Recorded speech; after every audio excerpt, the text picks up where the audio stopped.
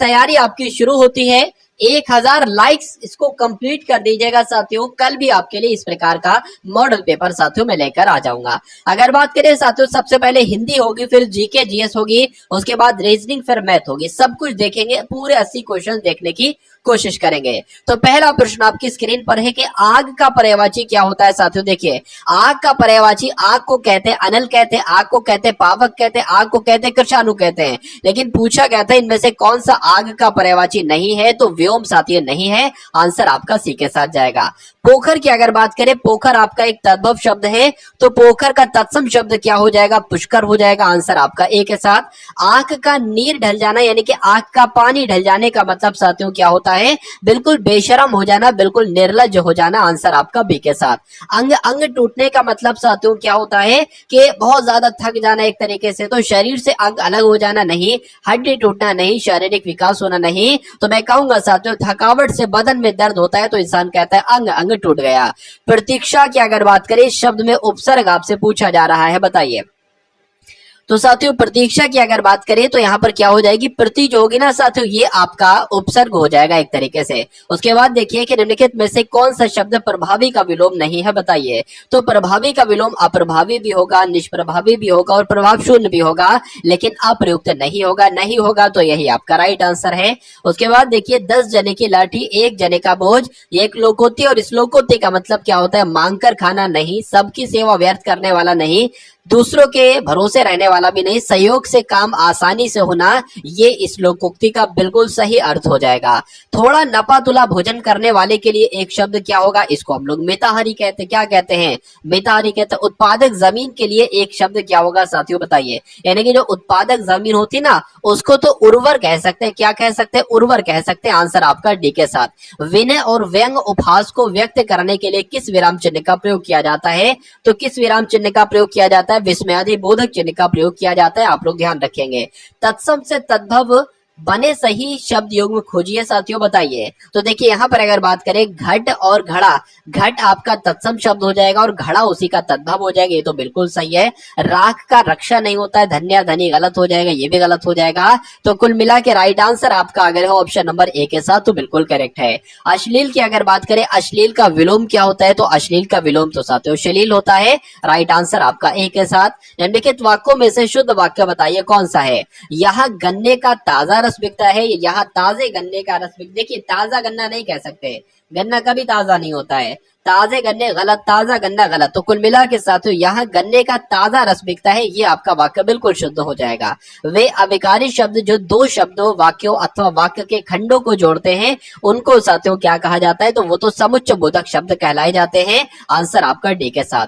निम्नलिखित में से अशुद्ध वर्तनी वाला शब्द बताइए, यानी कि जिसकी वर्तनी बिल्कुल सही नहीं है। तो यहाँ पर उल्लंघन भी सही लिखा है, मनोरथ भी सही लिखा है, उज्जवल साथियों गलत है। उज्जवल नहीं होता, उज्जवल होता है, 2 बार आधा आधा जाएगा। उसके बाद देखिए, इनमें से अनुग्रह शब्द का विलोम आपसे पूछा जा रहा है। तो अनुग्रह का साथियों विग्रह होता है, विलोम क्या होता है, विग्रह होता है। उसके बाद देखिए, रचना की दृष्टि से क्रिया के भेद होते हैं, तो क्रिया के साथियों 2 भेद होते हैं। आंसर आपका बी के साथ। किस शब्द की वर्तनी अशुद्ध है, बताइए। तो यहाँ पर अगर देखिए, ऋषि सही है, संध्या सही है, संस्कार सही है। अगर सन्यासी गलत है, कैसे गलत, अगर यहाँ पर एक अंक की बिंदी आ जाती या 2 बार ना आ जाता कुल मिला के साथियों, तो वो सन्यासी आपका बिल्कुल सही हो जाता। उसके बाद अधोलिखित में कौन सा शब्द तत्सम नहीं है, ये आपसे कुल मिला के पूछा जा रहा है। देखिए, अधोलिखित मतलब जो नीचे शब्द लिखे हैं, उसमें कौन सा तत्सम नहीं है। ये तो आपका तत्सम है, तत्कर तत्सम होता है, ध्यान भी आपका तत्सम होता है, बोध भी आपका तत्सम होता है। लेकिन हाथ की अगर बात करें तो ये एक साथियों तद्भव शब्द है। कैसा शब्द है, ये आपका एक तद्भव शब्द है। तो आंसर आपका डी के साथ जाएगा। जिसकी भुजाएं घुटनों तक लंबी हो साथियों, उसको क्या कहा जाता है, तो उसको अजानुबाहु कहा जाता है। क्या कहा जाता है साथियों, अजानुबाहु कहा जाता है। आंसर आपका ए के साथ। तो आपने साथियों 20 क्वेश्चन देखे हिंदी के, अब आप 20 क्वेश्चन देखेंगे सामान्य ज्ञान के, उसके बाद 20 क्वेश्चन रीजनिंग के और 20 क्वेश्चन मैथ के। पूरे मॉडल पेपर में से देखिएगा कितने क्वेश्चन आपके बिल्कुल सही जा रहे हैं। पुलित्जर पुरस्कार किस क्षेत्र में दिया जाता है, तो पत्रकारिता के क्षेत्र में दिया जाता है। वस्तु और सेवा कर को कब लागू किया गया, 1 जुलाई 2017 को लागू किया गया। ट्विटर सोशल नेटवर्किंग वेबसाइट की स्थापना साथियों कब की गई, तो 2006 में की गई। ये सभी के सभी क्वेश्चन एकदम टॉप लेवल के और आप लोग ध्यान रखेंगे। उसके बाद देखिए, इंदिरा गांधी ए लाइफ इन नेचर पुस्तक के लेखक कौन है, तो जयराम रमेश हैं, इनका भी नाम आप लोग ध्यान रखेंगे। जल संरक्षण के लिए क्या करना चाहिए, तो नदियों पर बांध बनाना चाहिए, बिल्कुल। जल के दुरुपयोग को रोकना चाहिए, बिल्कुल। वर्षा के जल का संचय करना चाहिए, बिल्कुल। इन सभी को लागू करना चाहिए, बिल्कुल साथियों। ये सभी विकल्प आपके सही हो जाएंगे। उसके बाद देखिए विश्व पर्यावरण दिवस कब मनाया जाता है, तो ये तो 5 जून को मनाया जाता है, आप सभी लोग जानते हैं। स्त्रियों की दशा में सुधार न होने तक विश्व के कल्याण का कोई मार्ग नहीं है। ये बात किसने कही थी, ये कथन तो साथियों स्वामी विवेकानंद जी का है, इसलिए राइट आंसर आपका बी के साथ जाएगा। किस अभिलेख में रुद्रदामन प्रथम की विभिन्न उपलब्धियों के बारे में बताया गया है, तो जूनागढ़ अभिलेख में रुद्रदामन प्रथम की विभिन्न उपलब्धियों के बारे में बताया गया है। प्राचीन नगर तक्षशिला निम्नलिखित में से किनके बीच स्थित है, तो ये तो सिंधु और झेलम के बीच स्थित है, जो तक्षशिला नगर है। उसके बाद देखिए मौर्य काल में शिक्षा का सर्वाधिक प्रसिद्ध केंद्र था, तो साथियों तक्षशिला था। क्या था, तक्षशिला था। आंसर आपका सी के साथ। साथियों अभी जब मैथ के और रीजनिंग के क्वेश्चंस आपके सामने खुलेंगे ना, तब आपको बहुत मजा आने वाला है, और बहुत बढ़िया बढ़िया साथियों आज के इस वीडियो में मैंने क्वेश्चन लिए हैं। मुद्रा राक्षस नामक पुस्तक के लेखक कौन है साथियों, बताइए। तो ये कौन है, ये विशाख दत्त है। आंसर आपका जाएगा ए के साथ। महात्मा बुद्ध का महापरिनिर्वाण साथियों कहां पर हुआ था, तो कहां पर हुआ था, ये तो कुशीनगर में हुआ था महात्मा बुद्ध का परिनिर्वाण। उसके बाद देखिए गुलाम वंश के प्रथम शासक कौन थे, तो गुलाम वंश के प्रथम शासक साथियों कुतुबुद्दीन ऐबक थे। आंसर आपका ए के साथ। राष्ट्रीय कांग्रेस से पहले सबसे प्रमुख संस्था साथियों कौन सी थी, तो ईस्ट इंडिया एसोसिएशन थी। इंपॉर्टेंट क्वेश्चन है, आप लोग ध्यान रखेंगे। कौन सा रासायनिक उर्वरक नहीं है, बताइए। तो ये भी है, ये भी है, पोटेशियम नाइट्रेट भी है, लेकिन सोडियम सल्फेट नहीं है। नहीं है तो यही आपका राइट आंसर है। प्लास्टिक से कौन सी गैस उत्पन्न होती है, एग्जाम में पूछा जाता है, तो पॉलिथिलीन की अगर बात करें, पॉलिथिलीन गैस साथियों प्लास्टिक से ही उत्पन्न होती है। फॉरवर्ड ब्लॉक के साथियों संस्थापक कौन थे, तो सुभाष चंद्र बोस। अगर आपने उत्तर चयन किया है तो बिल्कुल सही किया। शिक्षा में सुधार के लिए ब्रिटिश सरकार ने सैडलर विश्वविद्यालय आयोग साथियों कब गठित किया था, तो कब गठित किया था, 1917 में गठित किया था, ये आप लोग ध्यान रखेंगे। राजीव गांधी राष्ट्रीय युवा विकास संस्थान से कौन से, यानी कि ये कौन से राज्य में है, तो ये कहां पर है साथियों, ये तो तमिलनाडु में स्थित है, राजीव गांधी राष्ट्रीय युवा विकास संस्थान। उसके बाद देखिए भारत के निम्नलिखित में से कौन सा प्राकृतिक बंदरगाह नहीं है, तो अगर बात करें साथियों ये भी प्राकृतिक बंदरगाह नहीं है, तो चेन्नई की अगर बात करें ये साथियों प्राकृतिक बंदरगाह नहीं है, कही होगा। चलिए तो अब हम लोग साथियों बढ़ते हैं इस प्रश्न की तरफ कि वो आरेख आपको चुनना है जो शिक्षित लोगों, बेरोजगार लोगों और अध्यापकों के बीच साथियों सही संबंध का निरूपण करता है। देखिए मान लीजिए क्या हो जाएंगे, शिक्षित लोग हो जाएंगे। अब देखिए जो अध्यापक हैं वो शिक्षित लोगों के अंतर्गत ही आएंगे, तो कुछ ऐसा बनेगा। बेरोजगार लोगों की अगर बात करें तो साथियों मान सकते हैं कि कुछ बेरोजगार लोग जो होंगे, ये बेरोजगार लोग का है, ये कुछ बेरोजगार जो होंगे वो कुछ शिक्षित भी होते हैं, और कुछ शिक्षित भी होते हैं, और कुछ बेरोजगार होते हैं जो अनपढ़ होते हैं, नहीं शिक्षित होते हैं। तो कुल मिला के साथियों कुछ इस प्रकार का डायग्राम आपको कौन से ऑप्शन में नजर आ रहा है, ऐसा तो साथियों आपको ऑप्शन नंबर ए में नजर आ रहा है। ये तो मैंने पॉइंट रख दिया था। कुल मिला के ये जो देखिए छोटा सा है वो ये मैंने यहाँ पर बनाया है, तो आंसर अगर आपका ऑप्शन नंबर ए है तो बिल्कुल करेक्ट है। उसके बाद देखिए अगले नंबर का प्रश्न आपके स्क्रीन पर है कि कथन आपके सामने लिखा हुआ है कि बाह्य स्रोतों से प्राप्त खुशी क्षणिक होती है, मतलब थोड़ी देर की होती है। चिरस्थायी खुशी अपने भीतर से ही आती है, बात तो बिल्कुल सही है। यहाँ पर अगर बात करें साथियों कोई भी व्यक्ति बाहर की खुशी को अनुभव नहीं कर सकता। ऐसा क्या भाई, कोई भी व्यक्ति बाहर की खुशी को अनुभव नहीं कर सकता, बिल्कुल कर सकता है, तो ये तो गलत हो जाएगा। सिनेमा से मिलने वाली खुशी चिरस्थायी नहीं होती, बिल्कुल साथियों चिरस्थायी नहीं होती, वो क्षणिक होती है, थोड़ी देर की होती है। तो दूसरा वाला तो सही है लेकिन पहला वाला गलत है। तो ऐसा कहाँ लिखा है कि दूसरा वाला सही है, ऑप्शन नंबर बी में लिखा हुआ है, तो यही आपका बिल्कुल सही जवाब हो जाता है। उसके बाद देखिए संपादक का संबंध जैसे पत्रिका से है साथियों, वैसे ही क्या उपन्यास का संबंध लेखक से होगा, क्या कविता का संबंध कवि से होगा, कुर्सी का संबंध क्या बढ़ई से होगा, या निर्देशक का संबंध फिल्म से होगा। तो यहाँ पर साथियों अगर बात करें देखिए जैसे संपादक पत्रिका का संबंध है साथियों, वैसे ही निर्देशक एक तरीके से फिल्म को तैयार करता है, संपादक पत्रिका को तैयार करता है। तो आंसर आपका जो जाएगा वो ऑप्शन नंबर डी के साथ जाएगा, ठीक है ना। चलिए उसके बाद देखिए अगले नंबर का प्रश्न है साथियों, यहाँ पर देखिए और बताइए सही जवाब आपका क्या हो सकता है। देखिए ADBC और WZXY है, तो आपको बताना है कि जैसे इसका संबंध, वैसे आपको बताना है EHFG का संबंध किससे, A से, B से, C से या D से। अब यहाँ पर साथियों सबसे पहले आप अगर बात करें, देखिए ये 1 पर होता है, ये 4 पर होता है, ये 2 पर होता है, ये साथियों 3 पर होता है। उसी प्रकार ये आपका 23 पर होता है, ठीक है ना, ये आपका 26 पर होता है, और ये आपका साथियों एक तरीके से अगर बात करें 24 पर होता है और ये आपका 25 पर होता है। यहाँ पर अगर साथियों बहुत ध्यान से देखेंगे तो यहाँ पर देखिए ए डी ए, ठीक है, यहाँ पर बी सी आया है और यहाँ पर एक्स वाई आया है, यानी कि डायरेक्ट आगे। लेकिन देखिए क्या कुछ ऐसे मामला बन सकता है, ए से कितना बड़ा है जेड डब्ल्यू हो जाए, डी से कितना बड़ा है जेड हो जाए, बी से कितना, तो ये मामला नहीं बनेगा, यानी कि ये लॉजिक नहीं लगेगा। यहाँ पर साथियों देखिए जो लॉजिक मुझे लग रहा है ना, वो अपोजिट लेटर का लग रहा है। जैसे कि अगर हम इसके ऊपर लिख दें ए डी बी सी, तो यहाँ पर आप देखेंगे कि ए का अपोजिट लेटर जेड होता है, डी का अपोजिट लेटर डब्ल्यू होता है, बी का अपोजिट लेटर वाई होता है और सी का अपोजिट लेटर एक्स होता है। देखिए आपको दो चीजें मालूम होना चाहिए। पहली चीज तो ये मालूम होना चाहिए कि लेटर पोजीशन, यानी कि ए की पोजीशन 1 पर, सी बी की पोजीशन 2 पर, सी की पोजीशन 3 पर, डी की पोजीशन 4 पर। और दूसरी बात आपको मालूम होना चाहिए कि ए का अपोजिट लेटर जो होता है वो जेड होता है, उसी प्रकार बी का जो होता है साथियों वो वाई होता है, सी का क्या होता है साथियों आपका एक्स होता है, डी का क्या होता है डब्ल्यू होता है। ये चीजें भी आपको मालूम होना चाहिए। तो यहाँ पर भी अब इसका उल्टा ही करेंगे। अब जैसे कि अगर जब हम बात करते हैं साथियों कि एच का अपोजिट लेटर क्या होता है तो एस होता है, ई का अपोजिट लेटर क्या होता है तो वी होता है, उसी प्रकार जी का अपोजिट लेटर क्या होता है तो टी होता है, और साथियों यहाँ पर अगर बात करें एफ का क्या होता है तो यू होता है। तो यहाँ पर अगर बात करें एस वी टी यू कहाँ पर लिखा हुआ है, ये तो ऑप्शन नंबर ए में लिखा हुआ है, तो यही आपका बिल्कुल सही जवाब हो जाता है। चलिए उसके बाद देखिए कि एक का संबंध। साथियों मैंने यहाँ पर आपको बिल्कुल शून्य से उठाया है। कहाँ से उठाया है? मैंने आपको साथियों शून्य से उठाया है और मैं आपको साथियों कहाँ पर पहुंचा दूंगा, बिल्कुल एक तरीके से अगर बात करते हैं ना, शून्य से उठा के साथियों शिखर तक आपको पहुंचा दूंगा। क्या? शिखर तक आपको साथियों पहुंचा दूंगा। बिल्कुल बेसिक से तैयारी शुरू की है, और जिसने अभी तैयारी शुरू की है साथियों वो भी इस क्लास से अगर पढ़ेगा तो बहुत आसानी से एग्जाम को क्रैक कर डालेगा। यहाँ पर 1 से साथियों 36 हुआ है, तो यहाँ पर 2 से क्या होगा? देखिए अगर बात करें साथियों ये 1 है और इसमें हमने कितना बढ़ा दिया, अगर हम इसमें 5 बढ़ा दें तो ये नंबर हो जाएगा 6, तो ये क्या है? ये 6 का स्क्वायर है।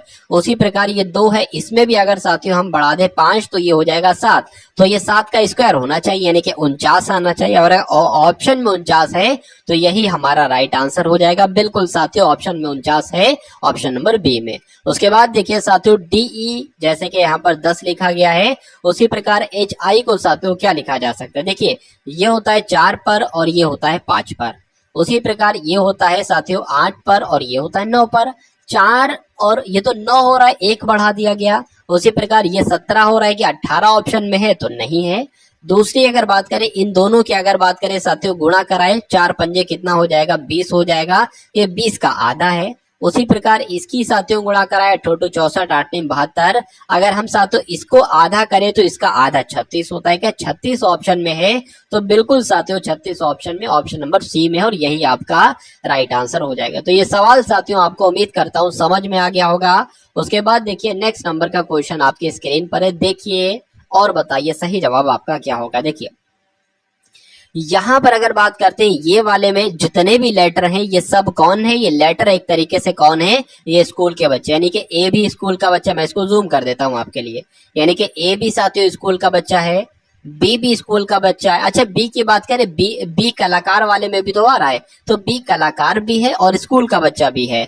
डी का अगर बात करें, डी आपका स्कूल का बच्चा तो है, उसके अलावा गायक भी है, और साथियों गायक भी है, गायक है और कुछ नहीं है।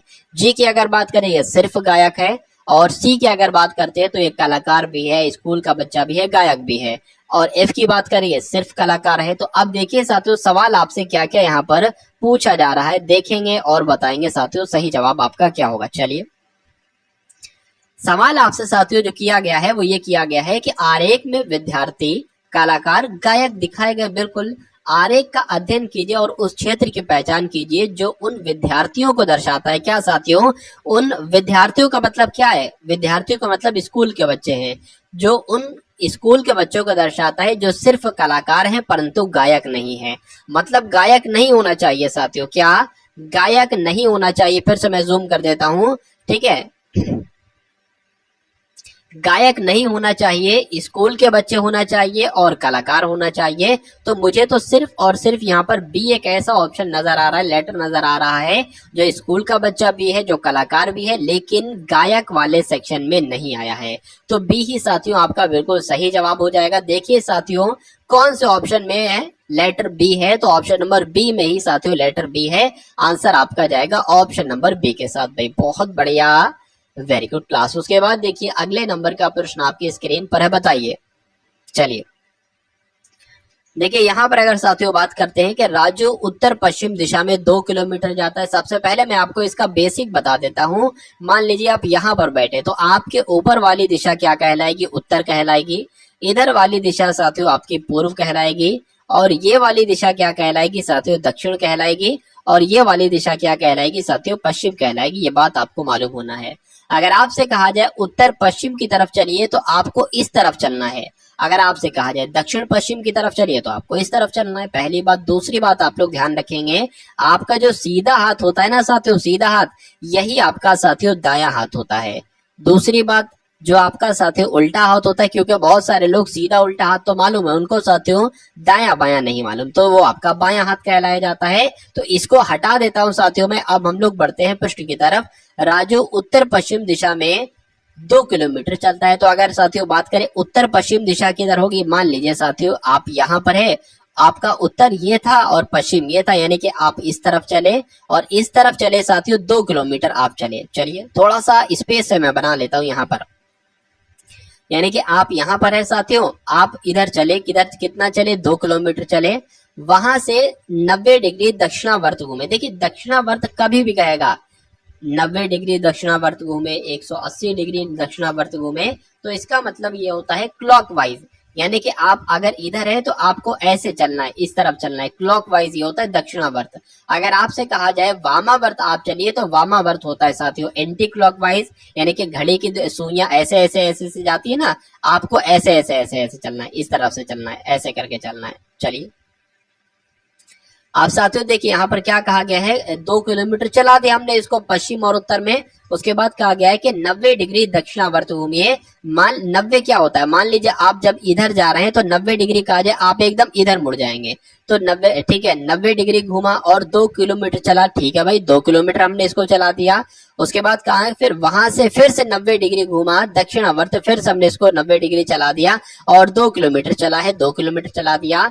तब वो अपनी आरंभिक अवस्था से कितनी दूर होगा साथियों, यानी कि यहाँ से वो कितनी दूर होगा। देखिए जब ये 2 किलोमीटर की दूरी है तो ये भी 2 किलोमीटर की दूरी होगी, और आंसर आपका जो जाएगा वो 2 किलोमीटर के साथ जाएगा। लेकिन पूछा क्या गया, देखिए तब वह अपनी आरंभिक अवस्था से किस दिशा में, अच्छा दिशा पूछी जा रही है, आरंभिक अवस्था उसकी ये थी और अभी वो है यहाँ पर, यानी कि अगर इधर से देखोगे तो ये कौन सी दिशा कहलाएगी, तो ये तो साथियों मैंने आपको बताया था पूर्व दिशा होती है, और ये आपके उत्तर दिशा होती है, और ये बीच का आपसे साथियों कुल मिला के पूछा जा रहा है। तो ये कौन सी, उत्तर पूर्व साथियों आपका राइट आंसर हो जाएगा, जो कि आपका ऑप्शन नंबर बी में है। भाई बहुत बढ़िया, वेरी गुड क्लास। उसके बाद देखिए अगला प्रश्न आपके स्क्रीन पर है। यहाँ पर अगर बात करें, कथन आपके सामने है। कथन में कहा जा रहा है कि क्या फिल्मों पर पूरी तरह से प्रतिबंध लगा देना चाहिए, क्या फिल्मों पर पूरी तरह से प्रतिबंध लगा देना चाहिए। तो एक कह रहे हैं कि हाँ भैया ये हमारे सांस्कृतिक नैतिक मूल्य को नष्ट कर रही है। देखिए ऐसा नहीं है, एक दो फिल्मों को अगर छोड़ के बाकी को देखा जाए तो फिल्में नैतिक सामाजिक नैतिक मूल्यों को नष्ट नहीं कर रही, तो ये गलत हो जाएगा। कह रहे हैं कि फिल्मों पर पूरी तरह से प्रतिबंध नहीं लगा देना चाहिए, क्योंकि नहीं, ये हमारे मनोरंजन का एकमात्र बढ़िया साधन। देखिए अगर ये लिखा होता है कि हमारे मनोरंजन का बढ़िया साधन है तो हम इसको सही कर देते, लेकिन यहाँ पर लिखा हुआ एकमात्र साधन है, मतलब क्या मनोरंजन का और कोई साधन नहीं है, सिर्फ यही है, तो ये भी आपका गलत हो जाएगा। तो इस प्रकार से साथियों ना तो एक ना तो दो तर्क प्रबल है, ऐसा कहाँ पर लिखा हुआ है, ऐसा आपका ऑप्शन नंबर सी में लिखा हुआ है, और यही आपका बिल्कुल सही जवाब हो जाता है। उसके बाद देखिए कि एक घड़ी हमेशा क्या दिखाती है, घंटा, मिनट, सेकंड या समय। तो देखिए घड़ी है ना साथियों, तो समय आपको जरूर दिखाएगी साथियों। कुल मिला के अगर एक घड़ी हमेशा दर्शाती है, समय दर्शाएगी। एक पंक्ति में बैठे एक पैनल के 6 सदस्य, यानी कि एक पंक्ति में साथियों 6 सदस्य बैठे हैं, तो सबसे पहले काम कीजिए, एक पंक्ति बना लीजिए और 6 लोगों के बैठने की जगह बना लीजिए। तो 1 2 3 4 5 और ये आपके 6 हो जाते हैं साथियों। कहा गया है, क्या कहा गया है साथियों, 6 सदस्य बैठे हैं। इसमें से अगर बात करें जो Q के बाईं ओर बैठा है वो X बैठा है, यानी कि X Q के बाईं ओर बैठा है। तो मान लीजिए Q यहाँ पर है साथियों, तो Q के बाईं ओर कौन बैठा है, X बैठा है, तो X बैठा दिया। किंतु P के दाईं ओर बैठा है, तो साथियों P के दाईं ओर यानी कि X जो बैठा है ये Q के बाईं ओर है और P के दाईं ओर है। कहा जा रहा है कि Q के दाईं ओर Y है, Q के दाईं ओर Y है, किंतु Z के बाईं ओर है, यानी कि Z के बाईं ओर है। उसके बाद कहा गया है कि R के बाईं ओर Z है। तो R कहां पर है, R कहां पर है साथियों, R के बाईं ओर Z है। R अगर हम यहां पर बनाए तो R के बाईं ओर Z हो जाता है, बिल्कुल हो जाता है। छोरों पर कौन कौन बैठे हैं, यानी कि छोरों पर एक तो साथियों P बैठा हुआ है और एक R बैठा हुआ है। तो क्या P R आपका सही जवाब होगा, बिल्कुल साथियों P R आपका बिल्कुल सही जवाब हो जाता है। आंसर जिनका भी ऑप्शन नंबर सी तो बिल्कुल करेक्ट है। उसके बाद देखिए साथियों नेक्स्ट नंबर का क्वेश्चन आपकी स्क्रीन पर है। यहाँ पर साथियों आपसे पूछा जो जा रहा है वो पूछा आपसे ये जा रहा है कि CPO टी टॉप माँ का मतलब हो जाएगा उषा इज प्लेइंग कार्ड्स, और कॉप जा की माँ का मतलब हो जाएगा आशा इज प्लेइंग टेनिस, और टॉप से और कॉप का अर्थ हो जाएगा कार्ड्स एंड टेनिस। तो आपको बताना है कि आशा का कोड साथियों क्या होगा। अब देख लीजिए कि आशा का कोड, आशा कहां पर लिखा हुआ है, उषा इज प्लेइंग कार्ड्स यहाँ पर नहीं है, आशा इज प्लेइंग टेनिस यानी कि आशा यहाँ पर है। और इस सब का कोड क्या है, इन सब का कोड साथियों ये है, यानी कि आशा का कोड या तो साथियों कॉप होगा या जा होगा या क्या की होगा या माँ होगा। लेकिन उससे पहले इसको मालूम करने से पहले हमें इज का कोड मालूम होना चाहिए, प्लेइंग का कोड मालूम होना चाहिए, टेनिस का कोड मालूम होना चाहिए। किसका किसका साथियों, इज का और आपका प्लेइंग का और साथियों टेनिस का। चलिए तो साथियों जब बात करते इज और कहां पर एक बार देख लीजिए, देखिए इज प्लेइंग है ना, इज प्लेइंग, तो इज प्लेइंग यहां पर भी है और इज प्लेइंग यहां पर भी है। तो साथियों कुछ इसमें इसमें और इसमें कुछ मैचिंग कर रहा होगा। क्या मैचिंग कर रहा है साथियों, देख लीजिए। एक तो अगर बात करते हैं एम ए मैचिंग कर रहा है, एम ए मैचिंग कर रहा है और की मैचिंग कर रहा है, यानी कि साथियों इज प्लेइंग इन दोनों के मतलब क्या हो जाएंगे, की के आई और एम ए हो जाएंगे। अब मुझे नहीं पता कि की आई इज का है या प्लेइंग का है, लेकिन कोई दिक्कत नहीं है, यहां पर से जो है ये कट जाएंगे, यानी कि आशा का कोड ये नहीं हो सकता और साथियों आपका ये नहीं हो सकता कोड। अब कॉप होगा या जा होगा। अब आप एक काम कर लीजिए, क्या टेनिस का कोड और निकाल लीजिए। तो टेनिस का कोड कहां पर आपको मिलेगा, देखिए टेनिस की अगर बात करें तो टेनिस यहां पर है। तो अब देखिए इसमें और इसमें कुछ सेम हो रहा होगा, तो कॉप यहां पर भी है, कॉप यहां पर भी है, यानी कि मैं कहूंगा कि साथियों कॉप भी आंसर नहीं हो सकता। क्यों, क्योंकि कॉप तो टेनिस का कोड हो जाएगा। अब बचा क्या साथियों, अब आपका बचा आशा और यहाँ पर बचा जे ए। क्या बचा साथियों, जे ए बचा। तो अगर बात करें कि आशा का कोड क्या हो जाएगा, तो जे ए हो जाएगा। और जे ए ऑप्शन में कहां पर है, तो ऑप्शन नंबर सी वाले में, सी नहीं बल्कि डी वाले में। तो यही आपका साथियों बिल्कुल सही जवाब हो जाता है। उसके बाद देखिए अगले नंबर का प्रश्न आपकी स्क्रीन पर है। यहाँ पर अगर बात करें, देखिए इसमें से ऐसा हो सकता है कि कोई 3 शब्द तो इससे बन सकते हैं और एक शब्द इससे नहीं बन सकता है। तो देख लेते हैं साथियों कौन सा नहीं बन सकता है। देखिए ENTRE यहाँ पर लिखा हुआ है, तो देखिए ये बन सकता है या नहीं है। तो ई कहाँ गया, ई ये हो गया, एन ये हो गया, ठीक है ना, और टी आपका ये हो गया, आर ये हो गया, ENTR ई हो गया ना, ठीक है। अच्छा ये यहाँ पर 2 बार ई है, यहाँ पर तो कुल मिला के एक ही बार है, तो ये नहीं बन सकता, ठीक है ना। ये बन सकता है, नहीं बन सकता, देख लेते हैं। TRI, तो टी आपका ये हो गया, आर आपका ये हो गया, आई आपका ये हो गया, AN और ए आपका ये हो गया, एन आपका साथियों ये हो गया, ANGLE, जी आपका ये हो गया, एल आपका ये हो गया, और ई कहाँ पर है साथियों, ई कहां पर, अच्छा यहाँ पर एक ही ई की जरूरत थी ना, तो एक ही ई हो जाए, मतलब ये वाला तो बन जाएगा। यानी कि मैं कहूँ अगर साथियों कि ये वाला नहीं बन रहा है, ये वाला बन रहा है। अब देखिए क्योंकि अभी मुझे भी नहीं पता है कि इसमें क्या पूछा जा रहा है, यहाँ पर वैसे सही तरीके से लिखा होना चाहिए था, कोई दिक्कत नहीं। RELA, तो आर ये हो गया आपका, ई आपका ये हो गया, एल आपका ये हो गया, ए ये हो गया, TING, टी ये हो गया, आई ये हो गया, एन ये हो गया, जी ये हो गया। तो ये वाला बन सकता है, तो हो सकता हो ये वाला भी बन सकता हो, देख लीजिएगा आप। यानी कि इसमें ये पूछा गया था कि कौन सा नहीं बन सकता, तो ऑप्शन नंबर ए वाला शब्द नहीं बन सकता और यही आपका सही जवाब हो जाता है। तो यहाँ पर देखिए साथियों, अब यहाँ पर हमको देखना है कि कौन कौन से ऑप्शन बन सकते हैं और कौन कौन से ऑप्शन नहीं बन सकते हैं। तो सबसे पहले वाले की अगर बात करते हैं, REP लिखा हुआ है साथियों, तो R ये हो गया, उसके अलावा E ये हो गया और आपका P ये हो गया। उसके बाद लिखा है RES लिखा हुआ है, तो R साथियों ये हो गया, उसके बाद E आपका ये हो गया और S किधर गया, S किधर गया साथियों, S यहाँ पर नहीं है, तो मैं कह सकता हूँ ये वाला नहीं बन सकता है। तो पहला वाला साथियों नहीं बन सकता है, ठीक है। दूसरा वाला देखते हैं एक बार कि REP लिखा हुआ है साथियों, तो REP कहा गया, R ये हो गया, E ये हो गया साथियों और P आपका ये हो गया। चलिए उसके बाद RO, फिर से R आ गया, फिर से RO आ गया और O आ गया साथियों। उसके अलावा ACH आ गया, A ये हो गया, CH आपका ये हो गया, यानी कि ये वाला बन सकता है। इस वाले को देखिए साथियों, PHAN, तो P कहां पर क्या आपका, P आपका ये है और उसके अलावा साथियों H आपका ये है, A आपका ये है और N किधर गया, N आपका ये है और TOMT ये हो गया, O ये हो गया, M किधर गया, M आपका ये हो गया।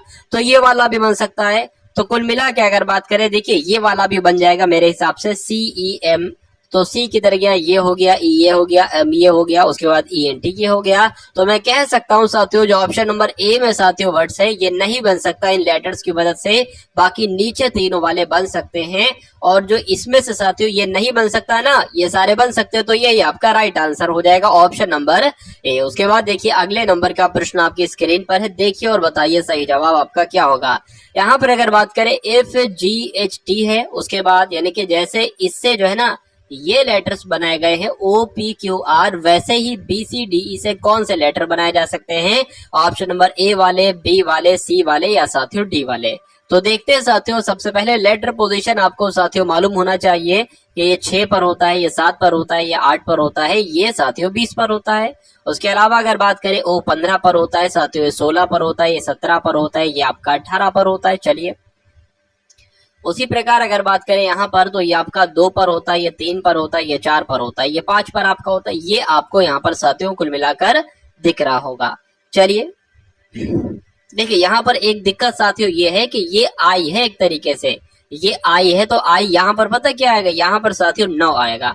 अब यहाँ पर देखिए लगातार नंबर हैं, कैसे लगातार, 6 7 8 9 15 16 17 18 2 3 4 5। बस हमें देखना ये है कि इससे ये कितने नंबर आगे है, वही नंबर हम यहाँ से यहाँ आगे कर देंगे और लगातार हम लेटर को लिख देंगे यहाँ पर। तो ये 9 है, ये 9 पर होता है, ये 15 पर होता है, यानी कि 6 बढ़ाया गया है। तो यहाँ पर भी जब साथियों कितना बढ़ेगा, जब 6 बढ़ेगा तो 11 आ जाएगा, यानी कि 11 12 13 14 लगातार नंबर आ जाएंगे। और 11 पर होता है K और फिर होता है L, फिर होता है M और फिर होता है M। तो साथियों KLMN के ऑप्शन के कहीं पर लिखा हुआ है, कहां पर लिखा हुआ है साथियों, ये तो ऑप्शन नंबर B में लिखा हुआ है, तो यही आपका बिल्कुल सही जवाब हो जाता है। उसके बाद देखिए साथियों नेक्स्ट नंबर का क्वेश्चन आपकी स्क्रीन पर है कि 17 का संबंध 64, 17 का संबंध 60 से है, तो 20 का संबंध साथियों किससे होगा, बताइए। देखिए अगर 17 को जब हम 60 बनाना चाहें, तो अगर 17 की गुणा 3 से कराना चाहें तो 17 कम 17, 17 दूना 34, 17 तिया 51 हो जाएगा। लेकिन यहाँ पर जब हम 9 प्लस कर देंगे तो ये नंबर बन जाएगा 60। उसी प्रकार से इसकी गुणा भी 3 से कराएंगे, कितना आ जाएगा, 60 आ जाएगा। और जब इसमें साथियों जैसे यहाँ पर 9 प्लस किया, यहाँ पर भी 9 प्लस कर देंगे तो 69 आ जाएगा। क्या 69 साथियों ऑप्शन में है, तो बिल्कुल साथियों ऑप्शन में है, ऑप्शन नंबर बी में है और यही आपका साथियों राइट आंसर हो जाता है। चलिए यहाँ पर साथियों मछली का संबंध शेल्क से बताया गया है, तो भालू का संबंध साथियों किससे होगा ये आपको बताना है। पंख से होगा, पत्ते से होगा, लोमचर्म से होगा या त्वचा से होगा। देखिए यहाँ पर अगर बात करें कि मछली की जो खाल होती है साथियों, मछली की जो खाल होती है इसको क्या कहा जाता है, शेल्क कहा जाता है।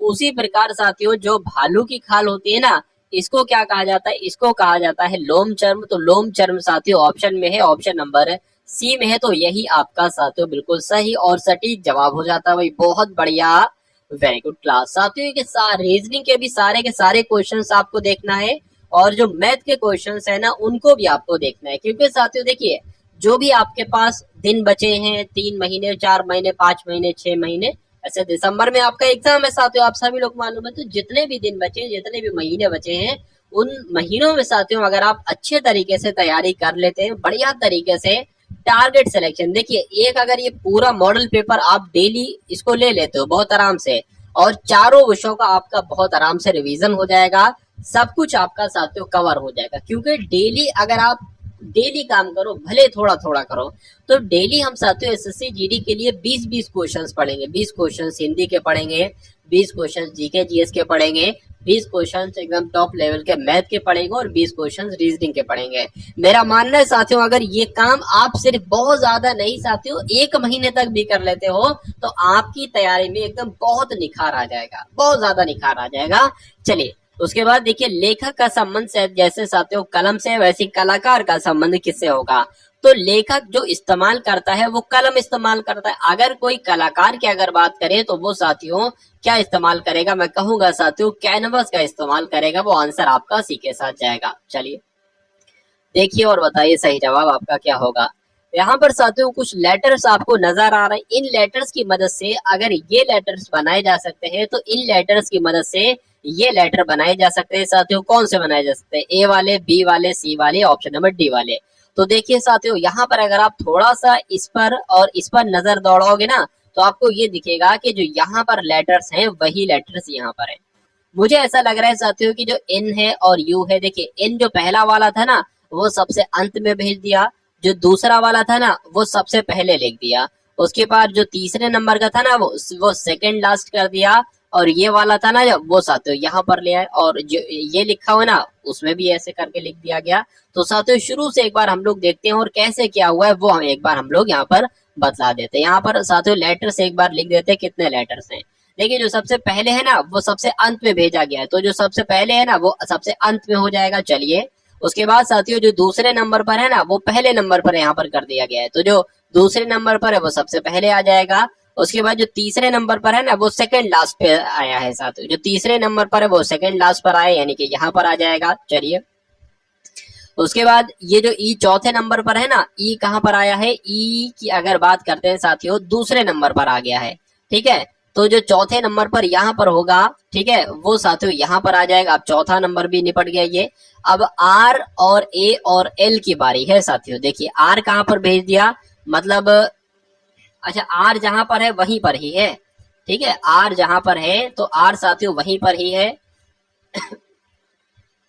ठीक है ना। उसके बाद देखिए साथियों ये सबसे अंत में ए एल लिखा हुआ है, तो ये ए एल यहाँ पर आ गया, मतलब जो सबसे अंत में लिखा होगा आर ए वो तीसरे और चौथे नंबर पर आएगा। तो साथियों आर ए ये तीसरे चौथे पर आ गया।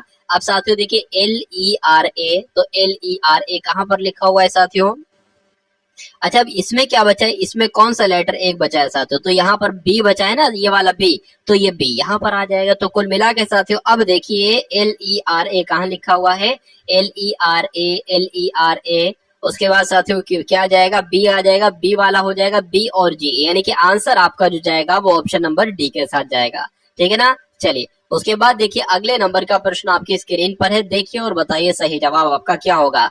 कि लड़कियों की एक पंक्ति में कमला बाईं ओर से नमी है, तो जो जो कहा जा रहा है वो कर लीजिए साथियों।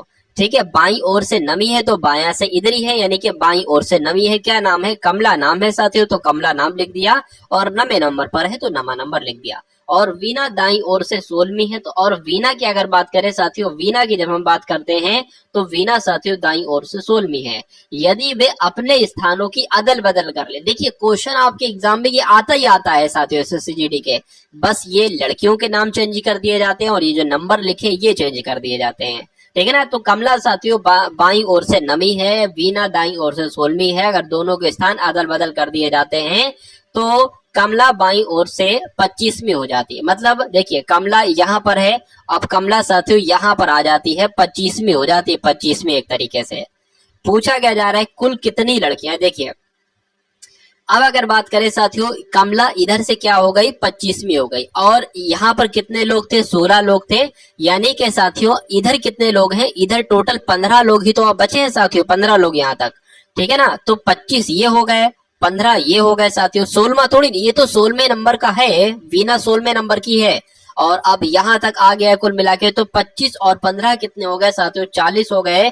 तो कुल कितनी लड़कियां हैं साथियों? 40 लड़कियां हैं। आंसर आपका जाएगा ऑप्शन नंबर सी के साथ। भाई बहुत बढ़िया, वेरी गुड क्लास। तो साथियों 60 क्वेश्चंस तक आपने देखे, 41 से 60 क्वेश्चंस तक आपके सामने रीजनिंग के क्वेश्चंस खुले। अब आप देखेंगे साथियों मैथ के क्वेश्चंस। मैथ के क्वेश्चंस थोड़े अच्छे लेवल के हैं, बढ़िया क्वेश्चन है। तो साथियों ये एक्सपेक्टेड क्वेश्चन है आपके एसएससी जीडी के लिए, तो आपके एग्जाम में ये साथियों पूछे जा सकते हैं। तो अगर बात करें मैथ का पहला प्रश्न आपकी स्क्रीन पर है कि एक पांसारी ने 5 लगातार महीनों में कितने इतने रुपए, पहले महीने में इतने, दूसरे महीने में इतने रुपए, तीसरे महीने में इतने, चौथे महीने में इतने, पांचवें महीने में इतने रुपए की बिक्री की, ठीक है ना। छठे महीने में, अच्छा यहाँ पर 5 महीनों का रिकॉर्ड दे रखा है, 5 महीनों का दे रखा है ना, कह रहे हैं कि छठे महीने में उसे कितनी बिक्री करनी चाहिए कि उसकी औसत बिक्री जो है ना वो 6500 हो जाए। तो कुल मिला के छठे महीने की बिक्री आपको साथियों बताना है, औसत यहाँ पर दे रखा है। आपने वो एक सूत्र जरूर पढ़ा होगा साथियों। देखिए अगर बात करते हैं यहाँ पर क्या आ जाएगा, यहाँ पर साथियों 6 महीने की क्या आ जाएगी, 6 महीने की एक तरीके से क्या आ जाएगी, यहाँ पर बिक्री आ जाएगी, और यहाँ पर 6 महीने आ जाएंगे, और यहाँ पर 6 महीनों की जो बिक्री का औसत है वो आ जाएगा, यानी कि यहाँ पर 6500 आ जाएंगे। तो कुल मिला के अगर बात करें साथियों 6 महीनों की क्या, 6 महीनों की 6 महीनों की बिक्री का औसत, 6 महीनों की बिक्री का औसत नहीं बल्कि योगफल की जब हम बात करते हैं साथियों, तो योगफल पता क्या आएगा, इसकी इससे गुणा होगी वही योगफल आ जाएगा। यानी कि 65 की गुणा 600 से करो, 6 से करो सॉरी, 65 की गुणा 6 से करेंगे तो 6 पंजे 30 हो जाएगा, 6 चंग 36 और साथियों आपका 39 हो जाएगा। 2 जीरो लगे, 2 जीरो लगा दो, यानी कि 39,000 की साथियों इन्होंने बिक्री करी। चलिए कोई दिक्कत नहीं है। अब आपको ये मालूम पड़ गया साथियों, देखिए क्या आपके पास 5 महीनों की बिक्री का योगफल है। अरे भाई इनको जोड़ दोगे तो योगफल निकल आएगा 5 महीनों की बिक्री, और आपके पास 6 महीने की बिक्री का योगफल है। तो अगर इन 5 महीनों की बिक्री का योगफल अगर इसमें से माइनस कर देते हैं तो उसमें से साथियों जो बचेगा ना वो छठे महीने की ही बिक्री होगी। तो कुल मिला के 39,000 आप लोग ध्यान रखेंगे, ये क्या है, ये कुल मिला के 6 महीनों की बिक्री का एक तरीके से योगफल है। अब इसको जोड़ लो, अब बस इतना करना है। देखिए 2 और 0 5 7 हो जाएगा, 7 7 14 हो जाएगा, 14 और 5 साथियों कितना हो जाएगा, 19 हो जाएगा। 19 का साथियों 9 लिख देंगे, हासिल का 1 लगा देंगे, 6 और 1 7, 7 और 3 10, 10 और 5 आपका 15, 15 और 2 आपका कितना हो जाएगा 17, 17 और आपका 20 हो जाएगा, 20 का 2 हासिल का 0 और हासिल का 2 लग जाएगा, 7 हो जाएगा, 8 9 9 की अगर बात करें साथियों 17 हो जाएगा, 17 17 और ये आपका 27 बोले तो 26 हो जाएगा, 26 और आपका ये कितना हो जाएगा 30 हो जाएगा, 30 का 0 हासिल लग जाएगा आपका 3, ये हो जाएगा 9 9 की अगर बात करें साथियों 16 हो जाएगा, 16 और ये आपका 22 हो जाएगा, 22 और 28 हो जाएगा, 28 और साथियों ये कितना हो जाएगा 34 हो जाएगा। तो कुल मिला के साथियों यहाँ पर 34 आ जाएगा। तो अब की अगर साथियों बात करते हैं, देखिए ये है साथियों 34,009 आपका क्या आया है, 34,009 साथियों आपका जो आया है वो एक तरीके से क्या आया है, वो 5 महीने की बिक्री का योगफल है और ऊपर उसके 6 महीने की बिक्री का योगफल है। तो अब इसको अगर माइनस कर देते हैं तो हमें छठे महीने की बिक्री मालूम पड़ जाएगी कितनी है। अब यहाँ पर साथियों 0 है, 0 में से 9 जा नहीं सकता इसलिए एक दहाई लेंगे तो 10 हो जाएगा, 10 में से 9 जाएगा, 1 बचेगा। उसके बाद साथियों यहाँ पर अगर बात करें 9 बचेगा, फिर यहाँ पर भी 9 बचेगा और फिर साथियों यहाँ पर कितना हो जाएगा एक तरीके से 38 हो जाएगा और 38 में से 34 जाएगा साथियों तो 4 बचेगा, यानी कि 4991 साथियों छठे महीने की आपकी बिक्री आएगी। और ये कौन से ऑप्शन में है, ऑप्शन नंबर ए वाले में है, यही आपका बिल्कुल सही और सटीक जवाब हो जाता है। एक त्रिभुज के 3 कोणों का संभावित मान क्या हो सकता है साथियों बताइए। देखिए यहाँ पर अगर साथियों बात करते हैं तो एक त्रिभुज के तीनों कोणों का योगफल जो होता है वो 180 डिग्री होता है। कितना होता है, 180 डिग्री होता है। तो क्या इसका योगफल 180 डिग्री बनेगा, देख लीजिए साथियों जरा, 5 और 2 आपका 7 हो जाएगा, 7 और 3 आपका 10 हो जाएगा, 0 लग गया, 1 और 2 2 हो जाएगा, 2 2 2 4 आपका 6 हो जाएगा, 6 और 3 ये आपका 9 हो जाएगा। तो कुल मिला के यहाँ पर तो 8 आना चाहिए था, गलत हो जाएगा। इसकी अगर इसकी अगर साथियों बात करते हैं क्या ये हो पाएगी, ये भी 190 ही बन रहा है शायद।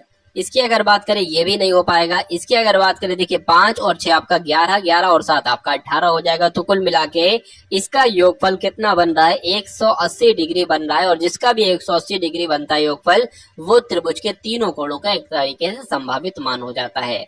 उसके बाद देखिए नेक्स्ट नंबर का क्वेश्चन आपके स्क्रीन पर है, देखिए और बताइए सही जवाब आपका क्या होगा। चलिए भाई यहाँ पर अगर बात करते हैं, देखिए 50 लड़कों की एक कक्षा में 30 लड़कों की औसत लंबाई 160 सेंटीमीटर है, यानी कि 50 लड़कों की 50 लड़कों की कक्षा में 30 लड़कों की औसत लंबाई 160 सेंटीमीटर है। यदि शेष लड़कों की औसत लंबाई 165 सेंटीमीटर है तो पूरी कक्षा की औसत लंबाई कितनी होगी। 50 लड़के हैं टोटल मिलाकर, 30 लड़कों की जब बात की गई है तो 30 लड़कों की साथियों 30 लड़कों की जो औसत लंबाई आई है वो कितनी आई है, 160 आई है, ठीक है ना। 16 3 48 होता है, यानी कि 48 और 2 0। अगर बात करते हैं साथियों यहाँ पर तो 30 लड़कों की जो कुल मिलाकर लंबाई निकलेगी वो 4800 निकलेगी 30 लड़कों की। अब बचे 20 लड़के, कितने, अरे भाई 50 लड़के थे कहा गया ना प्रश्न में, तो 20 लड़कों की यानी कि शेष लड़कों की जो औसत लंबाई है वो 165 है, वो 165 है। तो 165 की 2 से जब साथियों गुणा कराएंगे तो देख लेते हैं कितना आता है, ठीक है ना। तो कुल मिला के साथियों 330 आपका आ जाएगा, 330 और एक जो जीरो लगाइए आ जाएगा, यानी कि 50 लड़के हैं कुल मिला के, 30 लड़कों की आयु का योगफल 4800 है, 20 लड़कों की क्या है लंबाई का योगफल 3300 है। तो कुल मिला के पूछ रहे हैं कि अगर 50 लड़कों की अगर हम यहाँ पर कुल योग लिख दें और उसका औसत निकालने की कोशिश करें तो क्या होगा, ये आपसे पूछा जा रहा है। देखिए इसको अगर जोड़े ना 4800 को और 3300 को तो कितना बैठता है देख लीजिए एक बार। यहाँ पर अगर साथियों बात करते हैं, यहाँ पर ये नंबर आ जाएगा, इस जीरो से ये जीरो कट जाएगा, 5 एकम 5 आ जाएगा, 5 एकम 5 आ जाएगा, 3 जाएगा 31 हो जाएगा, 5 अंक आपका 30 हो जाएगा और 5 दूना आपका कितना हो जाएगा 10 हो जाएगा। तो 162 साथियों ये आपकी लंबाई का औसत निकलेगा 50 लड़कों की। तो सही जवाब आपका जो जाएगा वो ऑप्शन नंबर बी के साथ जाएगा, और जिनका आंसर यहाँ पर बी है तो बिल्कुल करेक्ट भाई, बहुत बढ़िया, वेरी गुड क्लास। चलिए उसके बाद देखिए नेक्स्ट नंबर का प्रश्न आपकी स्क्रीन पर बताइए। चलिए यहाँ पर अगर बात करें ए और बी मिलकर एक कार को 6 दिन में करते हैं। ए और बी अगर मिलकर किसी काम को करते हैं तो वो 6 दिन में करते हैं। अगर ए उसको अकेले करता है साथियों तो वो 9 दिन में करता है। अगर बी उसको अकेले करता है तो उस कार को कितने दिन में करेगा आपसे पूछा जाए। देखिए एक ऐसा नंबर ले लीजिए जो 6 के पहाड़े में भी आए और 9 के पहाड़े में भी आए। तो देख लीजिए 36 है मेरे हिसाब से, शायद 6 छंग 36 हो जाएगा, 9 चौक आपका 36 हो जाएगा। तो ये चीज आप कर लोगे। अब इसका मतलब पता क्या है, ये मैंने यहाँ पर क्यों लिखा ये, अब इसका मतलब ये है कि ए एक दिन में कितना टोटल काम, पहली बात आपको ध्यान रखना है टोटल काम 36 है। ए एक दिन में 4 काम करता है और ए और बी दोनों मिल जाते हैं तो ये 6 काम करता है। तो अब मुझे ये बताइए जब ए 4 काम करता है और टोटल ये दोनों मिलकर 6 काम करते हैं तो बी साथियों एक दिन में कितना काम करेगा, 2 काम करेगा। अब टोटल काम है 36 और बी एक दिन में काम कर रहा है 2, तो ये टोटल अगर काम करे तो कितने दिन में 36 काम निपटा लेगा, 18 दिन में 36 काम निपटा लेगा। तो यही तो आपसे पूछा गया था कि बी अकेले उस कार्य को करे तो कितने दिन में करेगा, तो साथियों 18 दिन में करेगा। राइट आंसर आपका जाएगा ऑप्शन नंबर ए के साथ। बहुत बढ़िया, वेरी गुड क्लास। अब उसके बाद देखिए अगले नंबर का साथियों सवाल आपके स्क्रीन पर है, देखिए और बताइए सही जवाब आपका क्या होगा। चलिए यदि 2 शंकुओं के आयतनों का अनुपात जो दे रखा है साथियों वो 2:3 दे रखा है और उनके आधारों की जो त्रिज्याओं का अनुपात दे रखा है साथियों वो कितना दे रखा है, वो एक तरीके से 1:2 रखा है। उनकी ऊंचाइयों का अनुपात पूछा जा रहा है। देखिए सबसे पहले अगर बात करें साथियों शंकु का आयतन का अनुपात क्या होता है, क्या शंकु का आयतन का अनुपात साथियों कितना होता है, ये सबसे पहले मैं आपको बता देता हूँ। ये होता है साथियों 1/3 पाई आर स्क्वायर एच होता है, ठीक है ना। 1/3 है, पाई की वैल्यू पता है, आर यहाँ पर जो दिया गया है वो आयतनों का अनुपात और उनके आधारों की त्रिज्या आर आपका ये दे रखा है और ऊंचाइयों का अनुपात यानी कि ये आपसे कुल मिला के पूछा जा रहा है। अब अगर देखिए बात करें 1/3 दे रखा है, 1/3 जैसा है साथियों वैसा हमने लिख लिया, पाई जैसा है वैसा हमने लिख लिया। आर कितना है साथियों, आर यहाँ पर 1 हो जाएगा तो 1 का स्क्वायर होता है और आपसे पूछा क्या जा रहा है, एच आपसे पूछा जा रहा है। उसी प्रकार अगर बात करें, अच्छा इसका दे कितना रखा है अनुपात 2 दे रखा है ना, पहले वाले का तो 2 हो जाएगा। दूसरे वाले की अगर बात करें 1/3 जैसे दे रखा है वैसे कर लिया, पाई वैसे लिख लिया। आर लिखा है ना तो आर यहाँ पर क्या है 2 है तो साथियों 2 का स्क्वायर हो जाएगा। 2 का स्क्वायर हो जाएगा और यहाँ पर h हो जाएगा। इसका अनुपात कितना दे रखा है, 3 दे रखा है। कहा है भाई दो शंकुओं के आयतनों का अनुपात 2:3 है, तो 2 हो गया पहले वाले का, नीचे वाले का साथियों 3 हो गया। अब देखिए 1/3 और 5 ये कैंसिल हो जाएगा, इससे ये कैंसिल हो जाएगा पूरा पूरा, ठीक है। चलिए अब यहाँ पर 4 आ जाएगा, अब इस 4 की गुणा हो जाएगी इससे, तो यहाँ पर 4 आ जाएगा। इस 1 की गुणा हो जाएगी इससे। अब यहाँ पर पता सिर्फ क्या है, सिर्फ H1 और H2 है, तो यहाँ पर H1 की जो वैल्यू हो जाएगी वो 8 हो जाएगी और H2 की वैल्यू साथियों 3 हो जाएगी। तो उनकी ऊंचाइयों का, ऊंचाई का मतलब हाइट, हाइट का मतलब H, उनकी ऊंचाइयों का अनुपात निकलता है, वो कितना अनुपात निकलता है, 8:3 निकलता है। तो 8:3 आपका बिल्कुल सही जवाब हो जाएगा, जो कि ऑप्शन नंबर सी में है भाई। बहुत बढ़िया, वेरी गुड क्लास। चलिए भाई उसके बाद देखिए अगले नंबर का प्रश्न आपके स्क्रीन पर है, देखिए और बताइए सही जवाब आपका क्या हो सकता है। कि 50 मीटर लंबी एक गाड़ी 10 मीटर लंबे एक प्लेटफॉर्म को 10 सेकंड में पार करती है। गाड़ी की गति आपसे पूछी जा रही है, यानी कि गाड़ी की चाल आपसे पूछी जा रही है। तो आप सभी को पता होगा साथियों, गति यानी कि चाल बराबर क्या होता है, चाल बराबर होता है साथियों दूरी, दूरी बटे समय होता है, दूरी बटे समय होता है। अब यहाँ पर अगर बात करें 50 मीटर लंबी एक गाड़ी, तो ये दूरी हो जाएगी। चलिए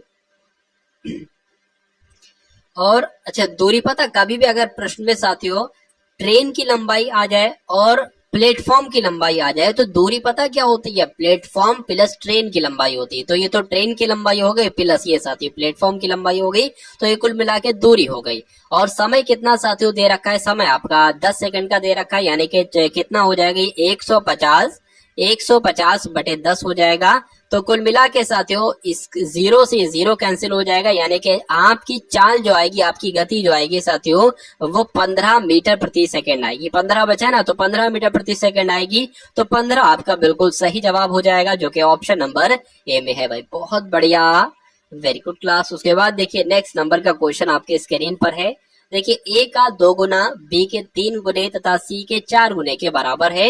तो ए अनुपात बी अनुपात सी आपसे कुल मिलाकर यहाँ पर क्या जा रहा है, पूछा जा रहा है। चलिए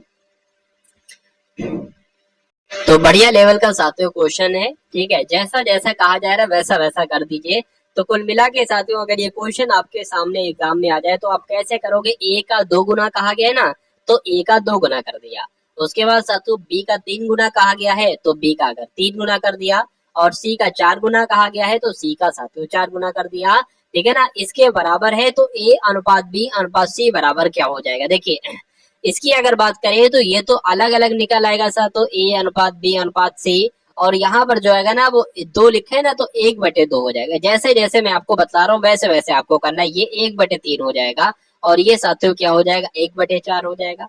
अब इन जो नीचे वाले नंबर है ना, 2 है 3 है 4 है, इनका एलसीएम आपको ज्ञात करना है। इनका इनका साथियों क्या आपको ज्ञात करना है, इनका एलसीएम आपको ज्ञात करना है। कैसे एलसीएम ज्ञात करेंगे देख लीजिए साथियों।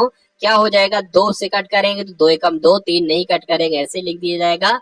2 से कट करेंगे साथियों 4 को, तो 2 दूना 4 हो जाएगा। यहाँ पर साथियों 2 आ जाएगा, ठीक है ना, तो 2 एकम 2 हो जाएगा। अब यहाँ पर 3 आ जाएगा, तो सब साथियों कट जाएंगे। कुल मिला के 2 दूना 4, 4 दूना, ठीक है, 4 3 12, तो कुल मिला के 12 इसका जो एलसीएम निकलेगा वो आप कहाँ पर, इसके गुणा में लिखेंगे। इसके भी साथियों गुणा में लिखेंगे और इसके भी साथियों गुणा में निकलेंगे, यानी कि अब जो आंसर आएगा वो डायरेक्ट आंसर आ जाएगा। इससे अगर इसको कट करें तो 6 आ जाएगा, यानी कि ए की जो वैल्यू आएगी वो 6 आएगी। चलिए उसके बाद इसको अगर 12 से कट करें तो 3 चौक 12, यानी कि 4 जो आएगा वो बी हो जाएगा। और इसको इससे कट करेंगे 3 आ जाएगा, वो साथियों क्या हो जाएगा, वो सी हो जाएगा। यानी कि ए अनुपात बी अनुपात सी की जो वैल्यू पूछी गई थी वो 6:4:3 है, ठीक है ना। देखिए जैसे शुरू में कहा गया कि ए का 2 गुना बी का 3 गुना, वैसे हमने कर लिया। उसके बाद हमने ए अनुपात बी अनुपात सी अलग कर लिया। ये जो लिखा है ना 2, तो इसको 1/2 कर लिया, इसको 1/3 कर लिया, इसको 1/4 कर लिया। अब नीचे वाले नंबर का एलसीएम ज्ञात कर लिया, 2 का 3 का 4 का, तो साथियों क्या आया, 12 आया। और 12 की सब में से गुणा कर दी, तो हमारे पास ए अनुपात बी अनुपात सी हमें मिल चुका है। उसके बाद देखिए नेक्स्ट नंबर का क्वेश्चन आपके स्क्रीन पर है, देखिए और बताइए साथियों सही जवाब आपका क्या हो सकता है, बताइए।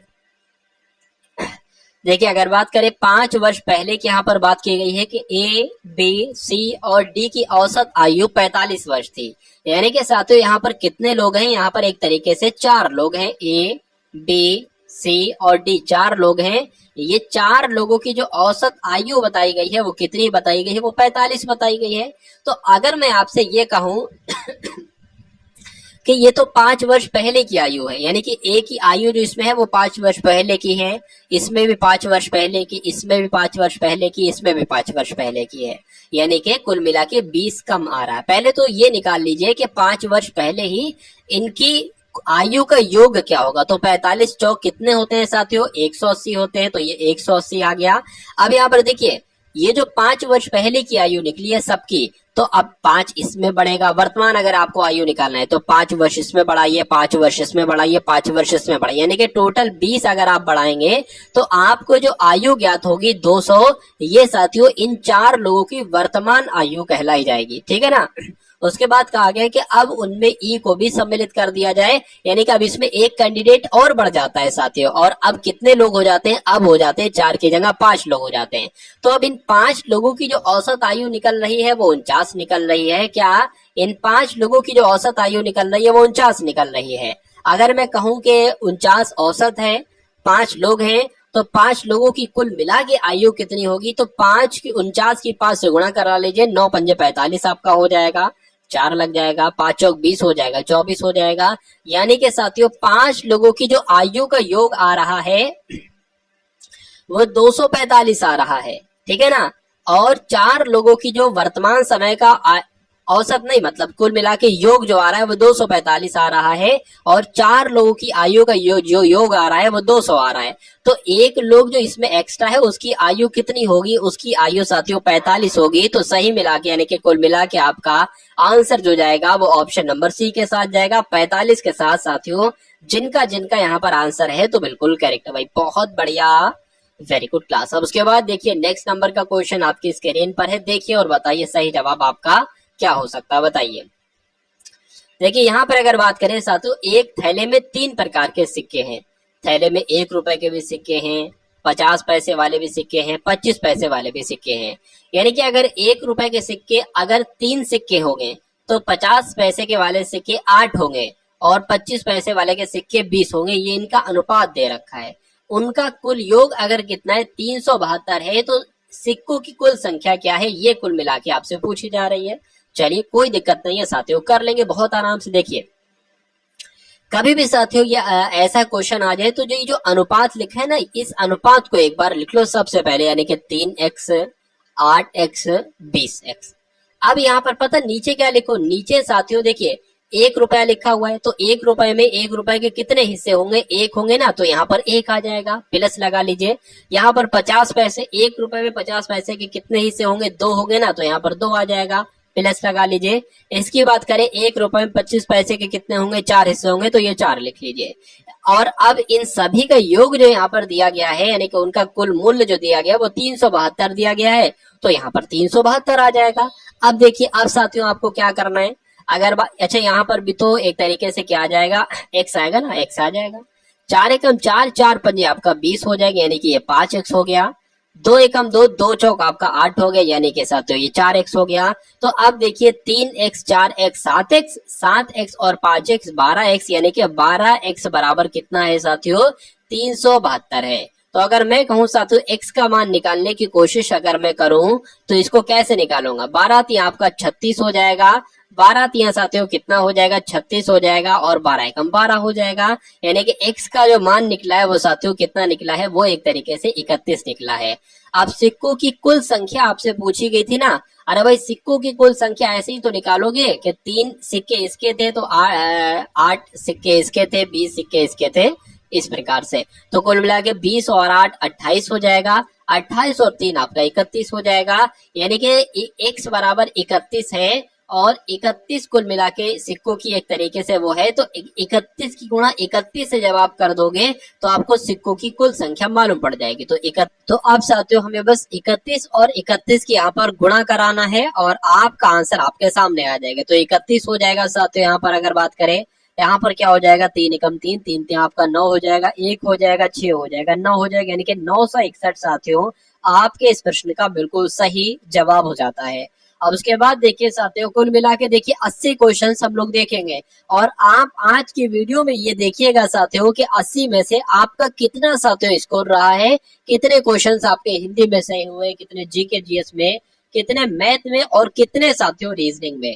ठीक है ना। चलिए उसके बाद देखिए अगले नंबर का प्रश्न है कि किसी धनराशि पर साधारण ब्याज जो है ना वो मूलधन 1/16 के बराबर है तथा वर्षों की संख्या वार्षिक दर के बराबर है। तो दर आपसे पूछी जा रही है, यानी कि आर आपसे साथियों पूछी जा रही है, रेट आपसे कुल मिला के यहाँ पर पूछा जा रहा है। देखिए यहाँ पर कहा गया है साथियों, किसी धनराशि पर साधारण ब्याज जो है ना, साधारण ब्याज यानी कि एसआई जो है ना, एसआई साथियों मूलधन यानी कि पी का 1/16 के बराबर है। तो इसको हम ऐसे लिख सकते हैं, एसआई बटे पी बराबर 1/16।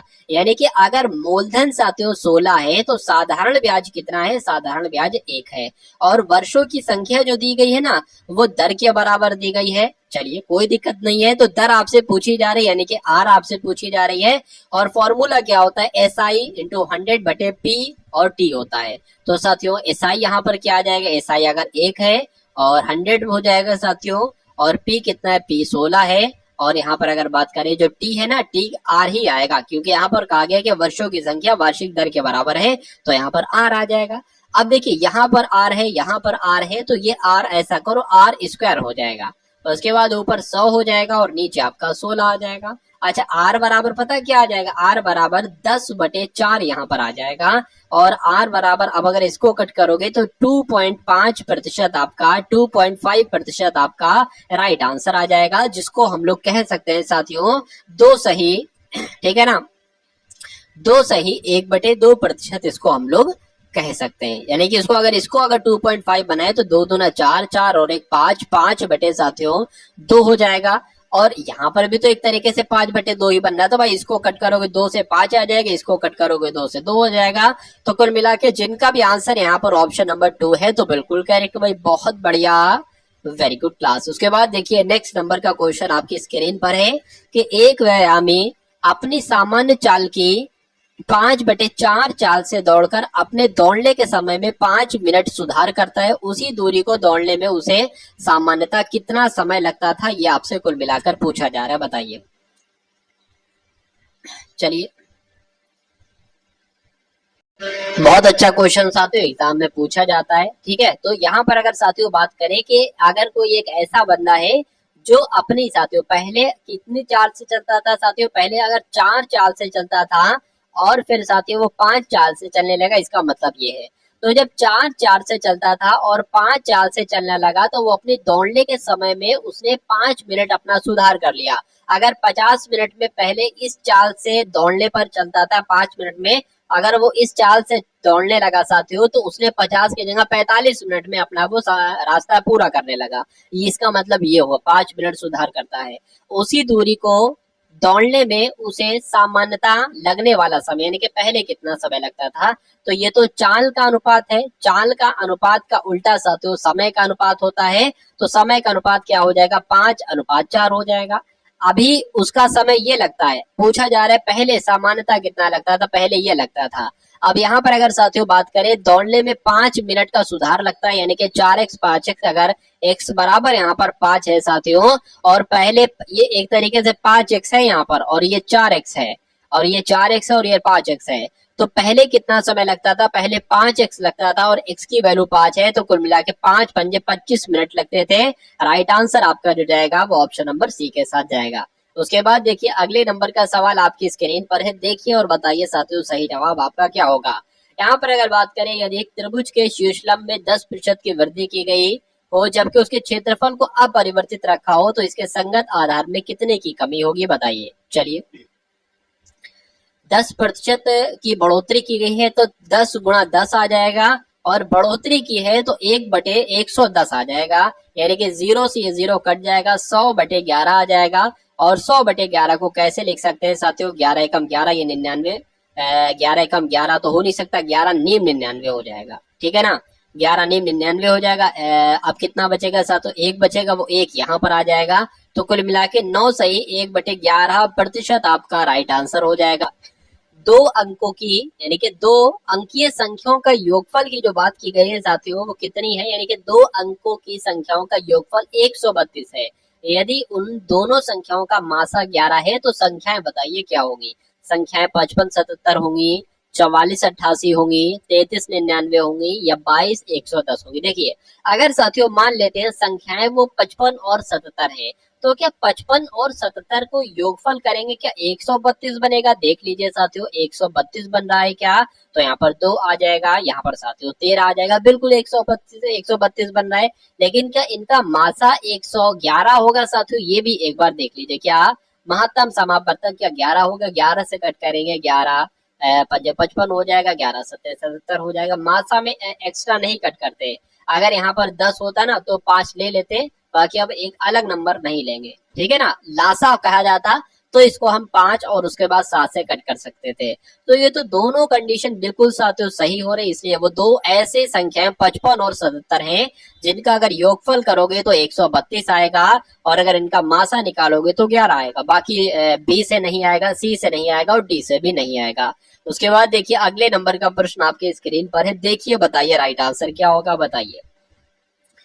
10 वर्ष पहले सचिन की आयु अरुण की आयु से 2 गुनी थी। यदि 10 वर्ष बाद सचिन की आयु 40 वर्ष हो जाती है तो अरुण की वर्तमान आयु क्या है। देखिए 10 वर्ष पहले की बात चल रही है, सचिन की आयु और अरुण की आयु, सचिन की आयु जो है ना वो अरुण की आयु से 2 गुनी है, तो अगर इसकी 2x आयु है तो इसकी x है। अच्छा ये 10 साल पहले की आयु है। वर्तमान समय की अगर आयु की बात करें तो वर्तमान समय की आयु इसकी ये बनेगी 2x प्लस 10 और x प्लस 10, ठीक है ना। ये x हो गया अरुण की आयु, किसकी है सचिन की आयु है, तो 10 10 प्लस कर दिया यानी कि वर्तमान की आयु बन जाती है। उसके बाद कहा गया है कि यदि 10 वर्ष बाद सचिन की आयु 40 हो जाती है, अच्छा सचिन कहाँ, सचिन ये है, सचिन ये है, 10 वर्ष बाद अगर कितनी हो जाती है 40 हो जाती है, ये तो वर्तमान है। अगर हम इसमें 10 वर्ष और जोड़ दे, जैसा कि इसमें कहा गया है कि 10 वर्ष बाद सचिन की आयु कितनी हो जाती है 40 हो जाती है, तो साथियों इसको एक बार कैलकुलेट करा लो और x का मान निकाल लो। जब x का मान निकल आएगा तो अरुण की आयु आपको बहुत आराम से मालूम पड़ जाएगी। तो 2x प्लस 20 क्या, 2x प्लस 20 बराबर क्या है साथियों 40 है। 2x की अगर बात करें बराबर 40 माइनस 20 हो जाएगा, 40 माइनस 20 हो गया, यानी कि x बराबर क्या हो जाएगा, ये आपका 20 हो जाएगा, अपॉन में 2 आ जाएगा, तो x का वैल्यू निकलेगी साथियों वो 10 निकलेगी। तो मैं कह सकता हूँ अरुण की आयु साथियों x थी और x का मान 10 है, और 2x यानी कि इसकी आयु, सचिन की आयु कितने निकलेगी 20 निकलेगी। तो कुल मिला के साथियों आंसर आपका जाएगा ऑप्शन नंबर बी के साथ, यानी कि साथियों 10 आपका ऑप्शन यहाँ पर बिल्कुल सही हो जाएगा। अच्छा एक सेकेंड, यहाँ पर अगर साथियों बात करते हैं तो अरुण की वर्तमान आयु क्या है। अब एक बात यहाँ पर आपने बहुत बड़ी मिस्टेक कर दी, यहाँ पर ये 10 वर्ष पहले की आयु है, ये भी अरुण की 10 वर्ष पहले की आयु है और ये भी 10 वर्ष पहले की आयु है। कहा गया था ना 10 वर्ष पहले सचिन की आयु अरुण की आयु से 2 गुनी थी, तो अगर वर्तमान आयु निकालना है तो इसमें हमें 10 और जोड़ना पड़ेगा, तो 20 साल कुल मिला के आएगी साथियों। ये जो मैंने निकाला है ना अरुण की आयु साथियों 20 वर्ष आएगी और इसकी आयु जो निकलेगी ना साथियों वो 20 निकलेगी और 10 वर्ष हमें एक्स्ट्रा करना होगा वर्तमान के लिए, तो इसकी 30 बैठेगी। तो कुल मिला के आंसर आपका ऑप्शन नंबर ए के साथ जाएगा। उसके बाद देखिए नेक्स्ट नंबर का क्वेश्चन आपकी स्क्रीन पर है, बताइए कि कोई व्यक्ति एक साइकिल 1400 में खरीदता है, उसे 15% की हानि पर बेचता है, तो उसको कितने रुपए में बेचता है, ये आपसे पूछा जा रहा है। तो 1400 का 85% निकाल लीजिए साथियों, 15% कम करेंगे ना 100 में से, तो 85% निकाल लीजिए। 85 की गुणा साथियों 14 से कर लीजिए, क्या 4 पंजे 20 हो जाएंगे आपके, 4 अट्ठे 32 हो जाएंगे, तो 34 आ जाएंगे और यहाँ पर साथियों 85 आ जाएंगे, 0 आ जाएगा, 9 आ जाएगा साथियों और 11 आ जाएगा, यानी कि 1190 साथियों आपका साइकिल का विक्रय मूल्य हो जाएगा। भाई बहुत बढ़िया, वेरी गुड क्लास। उसके बाद देखिए अगले नंबर का साथियों प्रश्न आपकी स्क्रीन पर है, देते चलिए। देखिए यहाँ पर बात करें तो यहाँ पर सिर्फ और सिर्फ एक अंडर रूट की कमी है। अब सवाल पूरा हो गया, इसका मान आपसे कुल मिलाकर क्या किया जा रहा है, पूछा जा रहा है साथियों, बताइए। चलिए देखिए यहाँ पर अगर साथियों बात करते हैं तो ये किसका आपको स्क्वायर लग रहा है, ये 21 का स्क्वायर लग रहा है, यानी कि साथियों अगर साथियों यहाँ पर बात करें साथियों, देखिए तो इसको करने का साथियों आसान तरीका क्या है, देखिए अब यहाँ पर अगर साथियों बात करते हैं, इसको हम कुछ इस प्रकार से साथियों लिख सकते हैं। क्या इसको हम कुछ इस प्रकार से लिख सकते हैं या नहीं लिख सकते? बिल्कुल लिख सकते हैं। ठीक है ना, बिल्कुल लिख सकते हैं साथियों। यहाँ पर 3 नंबर के बाद पॉइंट है, 3 नंबर के बाद पॉइंट है, तो जब 1 हो गई है ना, तो 6 नंबर के बाद पॉइंट आ जाएगा, और बिल्कुल साथियों 6 नंबर के बाद ही पॉइंट है। तो साथियों एक यहाँ पर ये वाला .021 बाहर आ जाएगा, और यही आपका साथियों राइट आंसर हो जाएगा। और ऐसा कौन से ऑप्शन में? ऐसा है ऑप्शन नंबर सी में। उसके बाद देखिए अगले नंबर का प्रश्न है साथियों, देखिए और बताइए सही जवाब आपका क्या होगा। यानी कि 0.111 बराबर 1/9 है, तो 0.444 बराबर क्या होगा? देखिए ये 444 मतलब उसके बाद भी है, तो अगर हम इसमें से 4 साथियों क्या करते हैं, कॉमन ले लेते हैं, और यहाँ पर क्या हो जाएगा साथियों 0.111 और ऐसे करके कुल मिला के हो जाएगा। अच्छा यहाँ पर इसकी वैल्यू आपको दे रखी है, 111.111 की वैल्यू 1/9 है, तो 4 गुणा 1/9 आ जाएगा, यानी कि यहाँ पर 4/9 आ जाएगा, तो कुल मिला के 4/9 ही आपका क्या राइट आंसर होगा साथियों। तो बिल्कुल 4/9 ही आपका यहाँ पर राइट आंसर हो जाएगा भाई, बहुत बढ़िया, वेरी गुड क्लास। किसी संख्या के वर्ग का 3/5 जो है ना, वो 3/5 कितना है? 3/5 जो है वो कितना है? 126.15 है। ये अलग है 126.15, और 3/5 अलग है, तो वो संख्या क्या होगी? तो इसको साथियों सॉल्यूशन करके आप आंसर मुझे बताइएगा, तो इस क्वेश्चन का राइट आंसर क्या होगा। तो कुल मिला के साथियों ये क्वेश्चंस आपने देखे जो एसएससी जीडी के एग्जाम के लिए बहुत इंपॉर्टेंट है। तो मेरा मानना है साथियों आपने बहुत शानदार तरीके से इस क्लास को देखा होगा। एक प्यारे से कमेंट के माध्यम से बताइएगा कि क्लास आपको साथियों कैसी लगी। अगर इसमें कुछ कमी है तो नेक्स्ट वीडियो में मैं दूर करने की पूरी कोशिश करूंगा। और आप ऐसे ही अपना प्यार और सपोर्ट बनाए रखिएगा साथियों। क्लास को शेयर कर दीजिएगा, क्लास को लाइक कर दीजिएगा। जय हिंद साथियों।